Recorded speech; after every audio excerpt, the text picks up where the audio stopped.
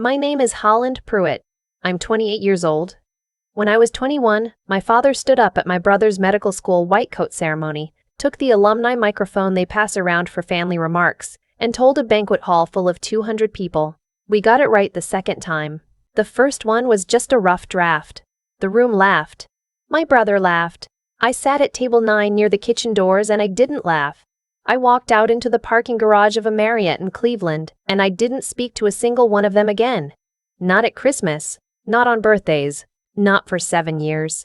Then 4 months ago my phone rang at 11:40 on a Tuesday night, a 216 number I'd long since stopped saving, and when I answered, my mother said 5 words before the line broke up. "Come home. Your brother's been." She didn't finish it. She didn't have to, because what she didn't know, what none of them knew, was that in those 7 years I'd built something they couldn't reach. I'd become the exact thing they swore I'd never be, and she definitely didn't know that when their golden boy finally hit the floor, I'd be the only one left standing who could pick him up. Let me take you back, because you can't understand the phone call without understanding the dinner table. We lived at 31 Sycamore Court in Rocky River, a suburb west of Cleveland, where everybody's lawn got cut on the same day and nobody locked their cars. Brick colonial, 2-car garage, a flat by the door. My father sold commercial insurance and made good money doing it. My mother taught 3rd grade for 31 years at the same elementary school. 2 kids. My brother Bennett, born in 1994. Me, 2 years behind, 1996. From the street, we looked like a Christmas card. Inside, we were a depth chart. Bennett was the kind of kid teachers wrote home about. Straight A's without trying. Captain of the swim team. The boy who got the scholarship and the speech and the standing ovation. I was the kid who got B+ by staying up until 2 in the morning, who got cut from the swim team sophomore year, who once brought home a 94 on a chemistry test and watched my father set it on the counter next to Bennett's college acceptance letter and say, "Well, somebody's got to keep the average down." He thought that was funny. He said things like that the way other dads talked about the weather. But the achievements weren't the thing. The thing was the table. 6 o'clock every night, the same 4 chairs. Bennett on my dad's right, the good side. Me at the far end by the swinging door to the kitchen, close enough to be sent for the salt, far enough to be forgotten between courses. "Bennett, tell your mother what Coach said about your 200 fly." My father would cut his pork chop into careful, even squares while he said it. That's my guy. Discipline runs in this family. Then he'd look down the table at me like he'd just remembered he owned a second car. "You still flunking pre-calc or did you figure it out?" I stopped answering somewhere around 10th grade. I started counting instead. "Why can't you be more like your brother?" I wrote it down every time it got said in some form or another. In a marbled composition notebook I kept under my mattress. Between freshman year and the day I left for college, I counted it 53 times. 53, with dates. April of my junior year, the night Bennett got into Case Western on a full ride, my mother cracked open a bottle of Prosecco at 4 in the afternoon, and my father drove the 3 of them to dinner at a steakhouse in Beechwood. I stayed home and made a box of macaroni. Nobody asked if I wanted to come. I didn't even know they'd left until I heard the garage door. I learned to be useful instead of loved, because useful was the only currency that house traded in. I babysat the neighbor kids and bought my own school clothes. I packed my own lunches. When Bennett needed a ride to swim practice at 5 a.m., and my parents were tired, I drove him at 16 with a learner's permit and a knot in my stomach the whole way. I didn't know I was rehearsing. Rehearsing for the day they'd make me disappear in front of a crowd. That day was a Friday in May of 2017. Bennett's white coat ceremony at Case Western, the one where the medical school drapes the new students in the short coat and reads a sentence about each of them, and the families clap until their hands hurt. There was a reception afterward at the Marriott downtown, a banquet hall with round tables and a podium, and one of those wireless mics they hand around for toasts. I bought a navy dress at the Ross in Westlake 2 days before, $26. I did my own hair in the bathroom mirror with a curling iron I'd had since high school. Downstairs, my mother was steaming my father's tie and telling Bennett to stand up straight. Nobody told me I looked nice. Nobody asked if I needed anything. I stood in the front hall fully dressed for 10 minutes before anybody acknowledged I was leaving with them. The ceremony itself was fine. Long, but fine. I sat in the second to last row because by the time we found the auditorium, my parents wanted to be up front, and there were only 3 seats together near the family section. My father handed me a program and said, "You don't mind sitting back here, do you?" This is Bennett's moment. He didn't wait to hear whether I minded. I watched the backs of their heads for an hour. I watched them turn to wave at Bennett when he crossed the stage. They never turned around to find me. Not once. The reception is where it happened. We were maybe 40 minutes in, plates cleared, that warm, loose feeling a room gets when the wine's been flowing. The dean said a few words. Then they opened the floor for family remarks, and my father, who had never in his life passed up a microphone, stood up before anybody else could. "When Bennett was born," he said, and his voice carried in that big carpeted room. The nurse handed him to me, and I swear to God I knew. I knew this kid was going to be a doctor. Smart, driven, the whole package. A few people went, "Aw." He grinned. He looked at my mother. He leaned into the mic. "Honestly, we got it right the second time. The first one," and here he gestured a loose little wave in my general direction. "The first one was just a rough draft." The room came apart laughing. 200 people, doctors and parents of doctors, slapping the white tablecloths, some of them wiping their eyes. My mother leaned over and said into the mic, smiling like she was at a comedy show, "We don't talk about the rough draft." More laughter. My father held up both hands like a man who just landed a closer at the comedy club. "And Bennett?" My brother stood at the head table in his brand new white coat, laughing, shaking his head. "Dad, come on!" But he was smiling. He didn't stop it. He didn't say one word. I sat at table 9 with my hands flat on the tablecloth and my whole face on fire. The room was loud, and then it was far away, like I'd gone underwater. There was a woman next to me, somebody's mother, and she leaned over and said, "Oh, that's just dads being dads," and patted my arm.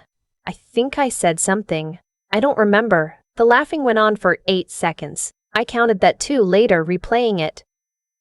8 seconds that felt like the rest of my life. I stood up. My legs didn't feel like mine. I walked out of the banquet hall into the lobby and into the parking garage on level 3, and I leaned against the cold concrete pillar between a minivan and an Escalade, and I tried to breathe. I heard heels behind me. My mother, there you are. She wasn't out of breath because she was worried. She was out of breath because she was annoyed. "Why did you leave like that? You're making a scene. You humiliated me." My voice cracked on the second word, and I hated it. My father came around the pillar with his suit jacket open, still half grinning. "Oh, would you relax? It's a roast. It's what you do at these things. You told 200 people I was a mistake." I said rough draft, he said, like the distinction mattered. "It's a figure of speech." My mother folded her arms. "Why does everything have to be about you? It is your brother's day. He's going to be a doctor. Can you not be happy for him for 2 hours? And then Bennett came out, loosening his tie, the white coat folded over his arm. I looked at him. I want you to understand how much I looked at him in that second, how much I was begging without saying a word. 1 sentence. That's all I needed. "Hey, that was over the line, Dad." "Anything. You okay?" he said. "Am I okay?" "Bennett, I know. Dad's a lot. You know how he is." He shrugged. This small, easy shrug, like he was talking about a parking ticket. "Don't let it ruin the night, all right? It's a big day for me." That was the moment I understood he was never going to defend me. He never had. There was no version of this where the 3 of them were on one side and I wasn't on the other side by myself. I'd always been by myself. I just kept hoping I was wrong. "I'm not coming to the dinner," I said. My father checked his watch. "Suit yourself. We've got a reservation." My mother said, "Don't be dramatic, Holland. We'll see you at home." And they walked back inside. Bennett looked over his shoulder once, just once. Then he followed them through the glass doors, and I watched all 3 of them get smaller, and the door swing shut and the light from the lobby cut off. I'd taken my own car because I had a closing shift at the campus bookstore that night, the one detail of my life nobody had bothered to ask about. So I got in my 11-year-old Corolla, and I drove the 40 minutes back to my apartment in University Heights, with my hands shaking on the wheel the whole way. And I sat on the floor of my bedroom because I couldn't make it to the bed, And I cried until there was nothing left. At 9:50 that night my phone buzzed. My cousin Dale, the only one of them who'd ever treated me like a person. "Hey, that was messed up tonight, you all right?" He was the only one who texted. The only one in that entire family who'd watched it happen and thought it was wrong. I didn't answer him yet. I was busy. I sat on my floor and I blocked my mother's cell, then her email, then my father, then Bennett, then the aunts and uncles who'd sat at those tables laughing, one by one. I left the family group chat that had 400 unread messages about Bennett's match list. I deactivated Facebook, 12 people in 19 minutes. I kept Dale. Only Dale. Then I sat there and I waited. I checked my phone, I'll admit it, I checked it for an hour, waiting for one of them to call from a number I hadn't blocked yet, to say we were out of line, we're sorry, come home. I learned later this is the part everyone gets stuck on. Why would you watch a phone you'd silenced? But that's the thing nobody tells you about being the rough draft. You spend your whole childhood waiting to be chosen, and the wanting doesn't switch off just because you finally walked away. The wanting is the wound. By midnight there was nothing. Not a missed call, not a text. They went to dinner. They didn't even notice I was gone. So at midnight, I made myself a promise on that bedroom floor. I was going to build a life so complete that their absence wouldn't leave a hole in it. I didn't know yet that it would take 7 years, or that I'd start with $412 in a lease I couldn't really afford, but I started anyway. That summer, I was a year out from finishing my degree in public health at Cleveland State, working 3 jobs to do it. The campus bookstore, 6 in the morning at a coffee cart on East 9th, and weekend shifts at an urgent care front desk checking people in. 60-70 hours a week. I came home smelling like espresso and printer toner and other people's insurance cards. I dropped 10 pounds I didn't have to lose. There was a stretch in July where I ate cereal for dinner 4 nights running because the alternative was not making rent. And I told myself I liked cereal. I finished my degree that December. The ceremony was at the Wolstein Center, and I had exactly 4 tickets and nobody to give them to, so I gave 3 to Dale and his wife and their daughter and kept 1 for the friend I'd made at the urgent care. A woman named Priscilla who covered my shift so I could walk and then showed up anyway to clap. When they read my name, Holland Pruitt, Bachelor of Science, Public Health, 4 people stood up and yelled for me in a building that seats 13,000. It was the loudest I'd ever felt. My parents didn't know I graduated. I never told them. They never asked.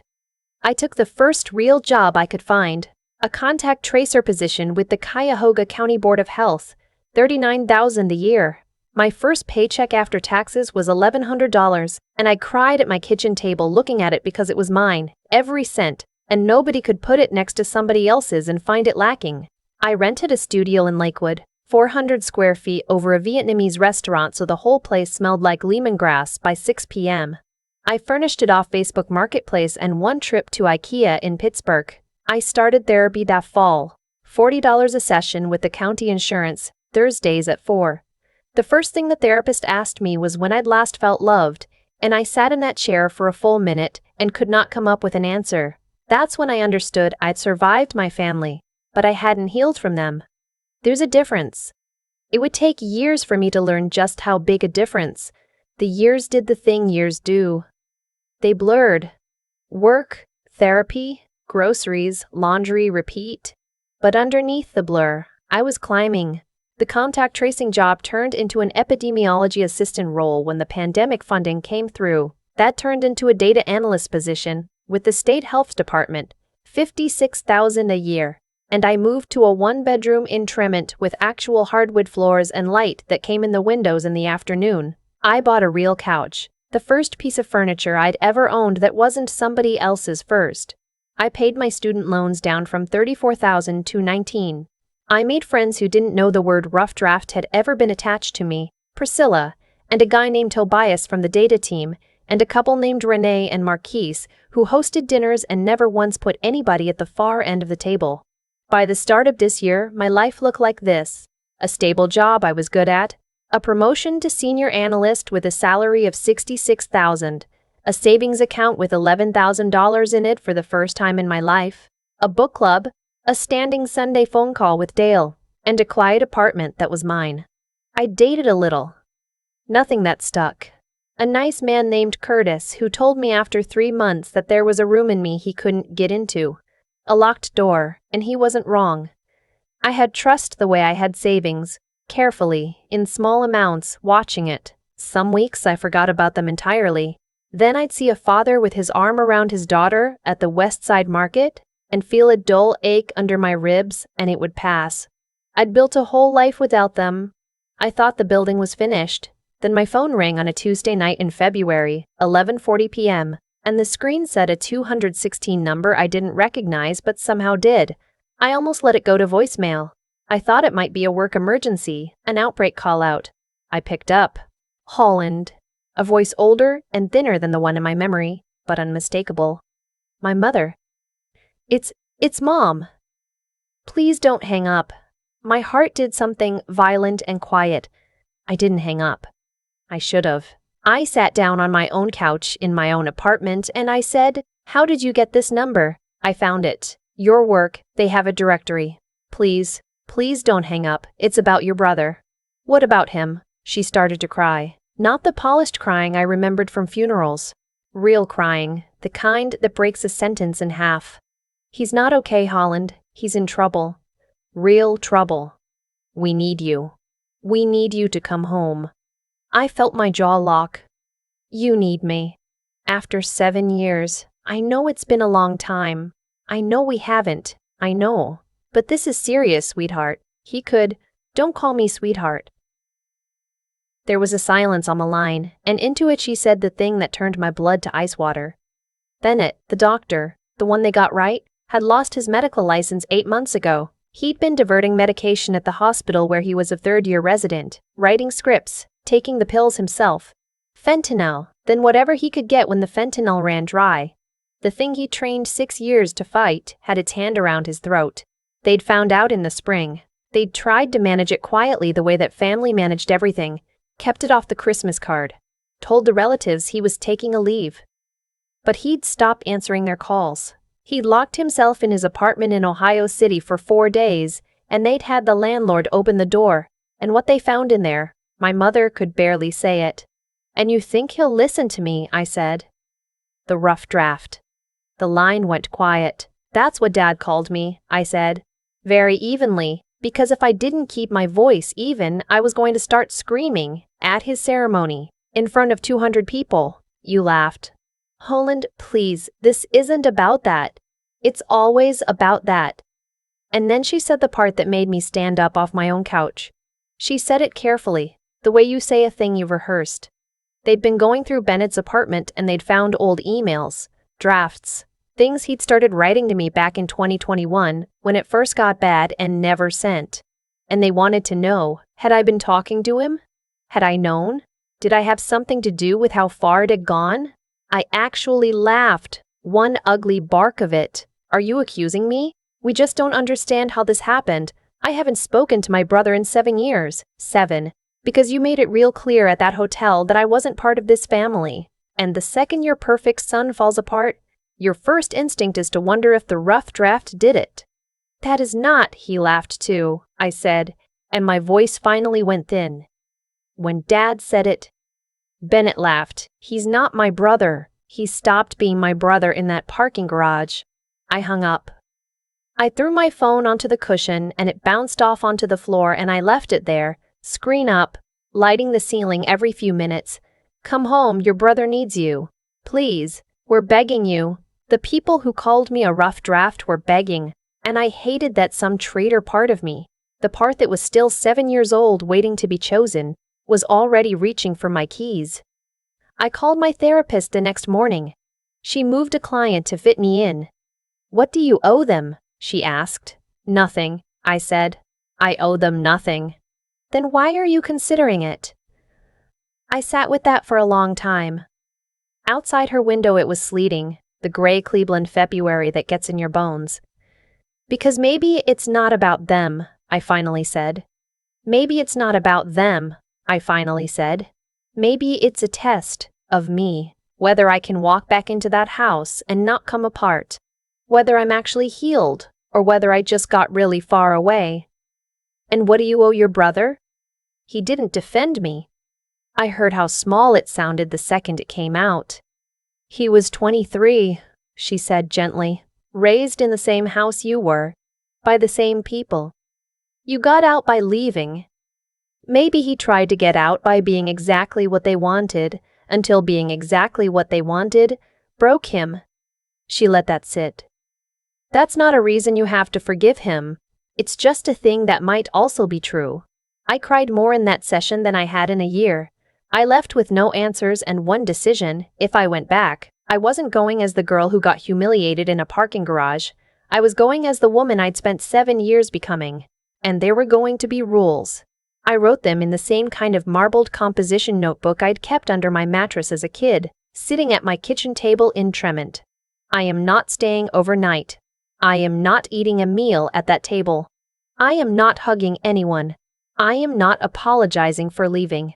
I am not accepting an apology unless it is real and unprompted. I'm going to see Bennett, and that is all.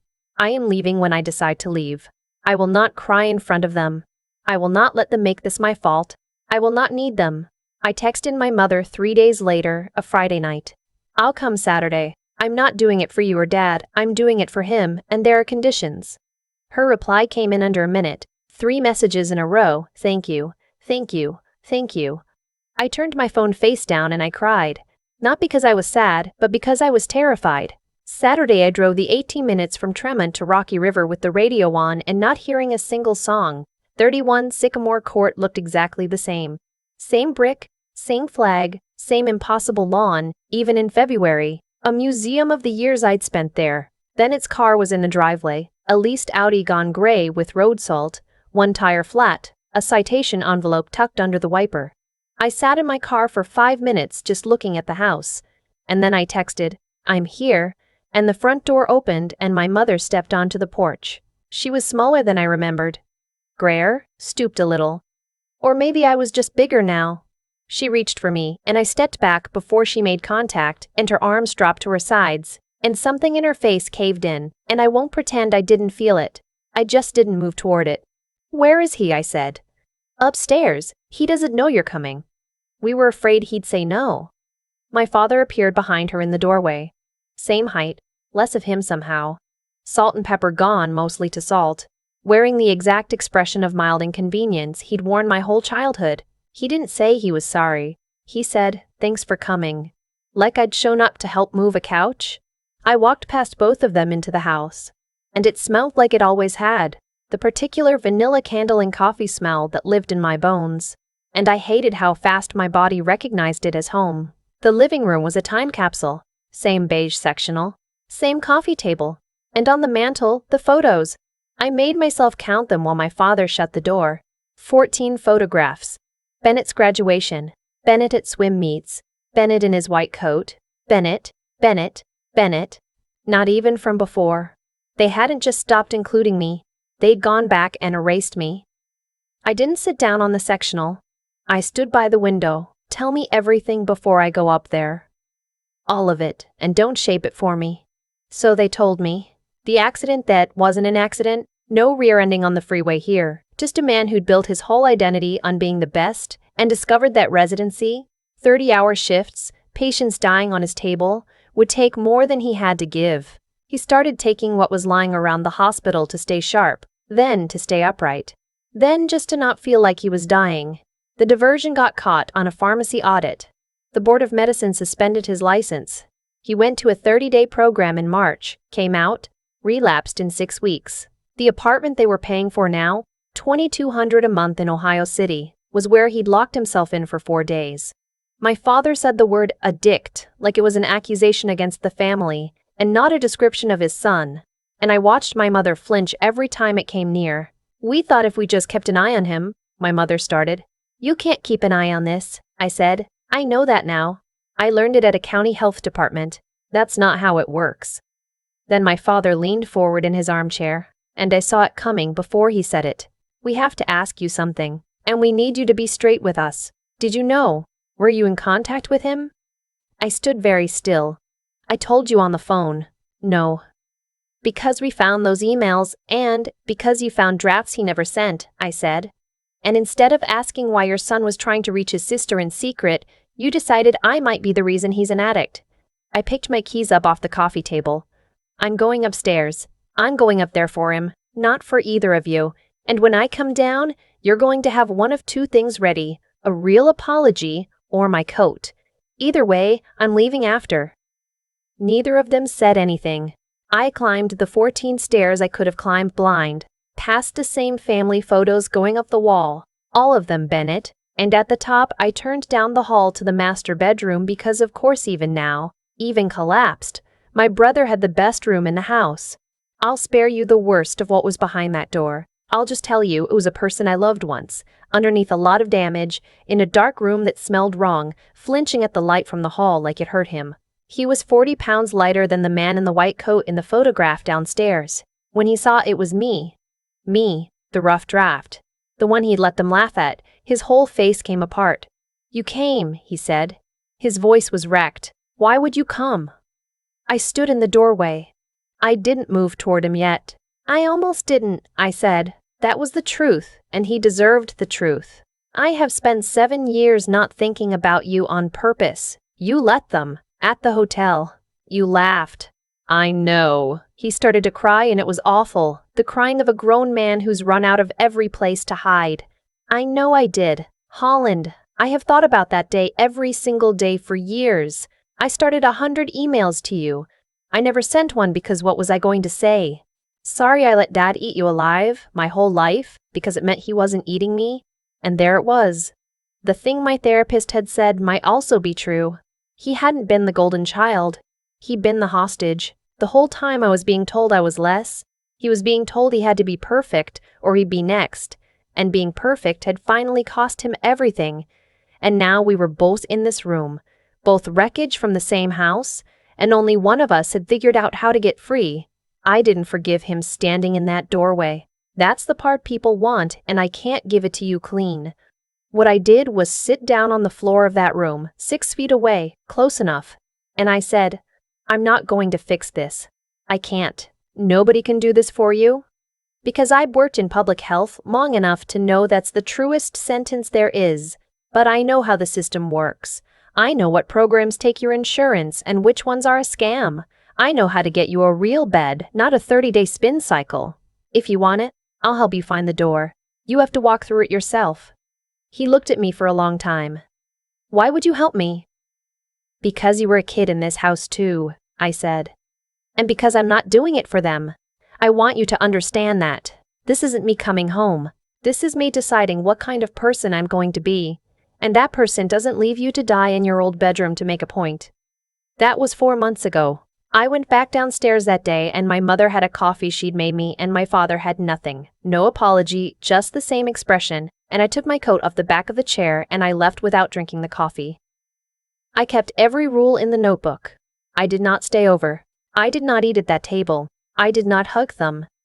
And I never told them they were forgiven, because they weren't. And they aren't, and they may never be.